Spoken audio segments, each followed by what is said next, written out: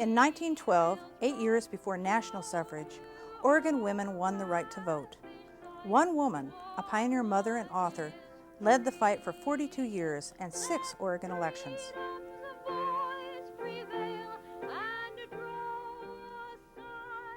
Abigail Scott Duniway not only lived the cause, she raised 6 children, wrote 18 novels, and published the New Northwest, a weekly newspaper dedicated to human rights.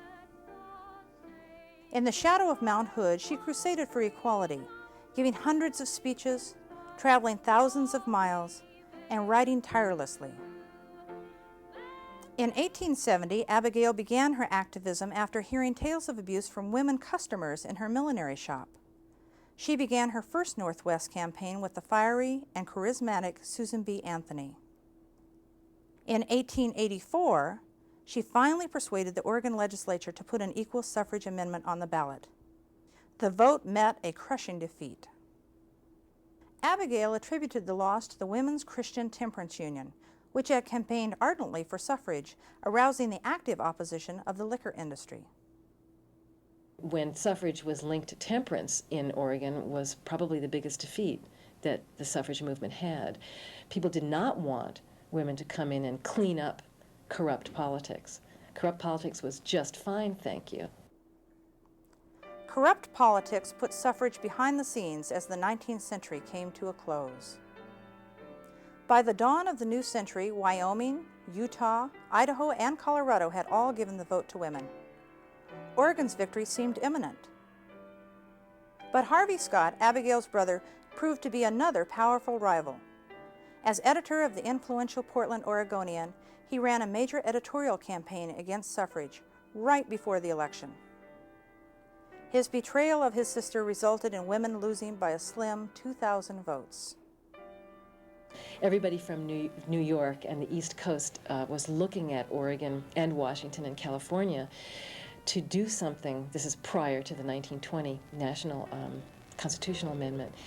And so the folks from the high-powered folks marched into Oregon and sort of took over the fight for suffrage. The East Coast movement was, let's bring in the big guns, let's hold a march through the main streets of Portland, which was not the Oregon, I should say it's not the Oregon style, it was not Abigail Scott Duniway's style. And that probably set back the movement in Oregon at least one election. Oregon men defeated suffrage in 1906, 1908, and 1910, each time by larger margins. Success seemed distant, but Abigail switched tactics and determined that the vote would be hers in the next election. By 1912, most of the West had enfranchised women. Oregon lagged behind. The nation was watching. A swell of public support pushed suffrage into the forefront. Harvey Scott's death had ended opposition from the Oregonian. A first-place trophy in the Rose Parade confirmed public approval of suffrage. But Abigail was ill with pneumonia and blood poisoning. Her supporters feared she would die before reaching her goal. She insisted that she would live until she could vote. She had become a symbol of the pioneer spirit, and a vote for suffrage became a vote for Abigail Scott Duniway.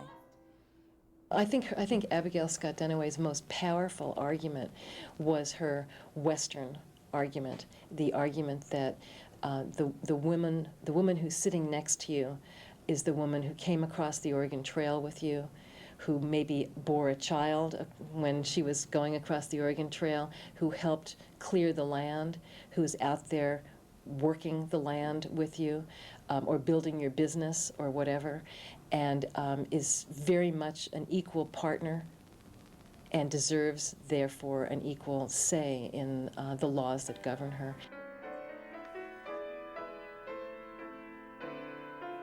On November 5, 1912, Oregon men voted that their wives, sisters, mothers, and daughters could share in democracy. Ballot number 300 passed by 4,000 votes.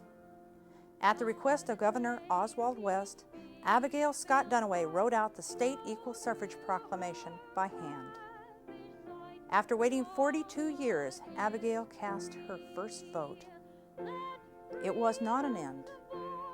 It was a beginning.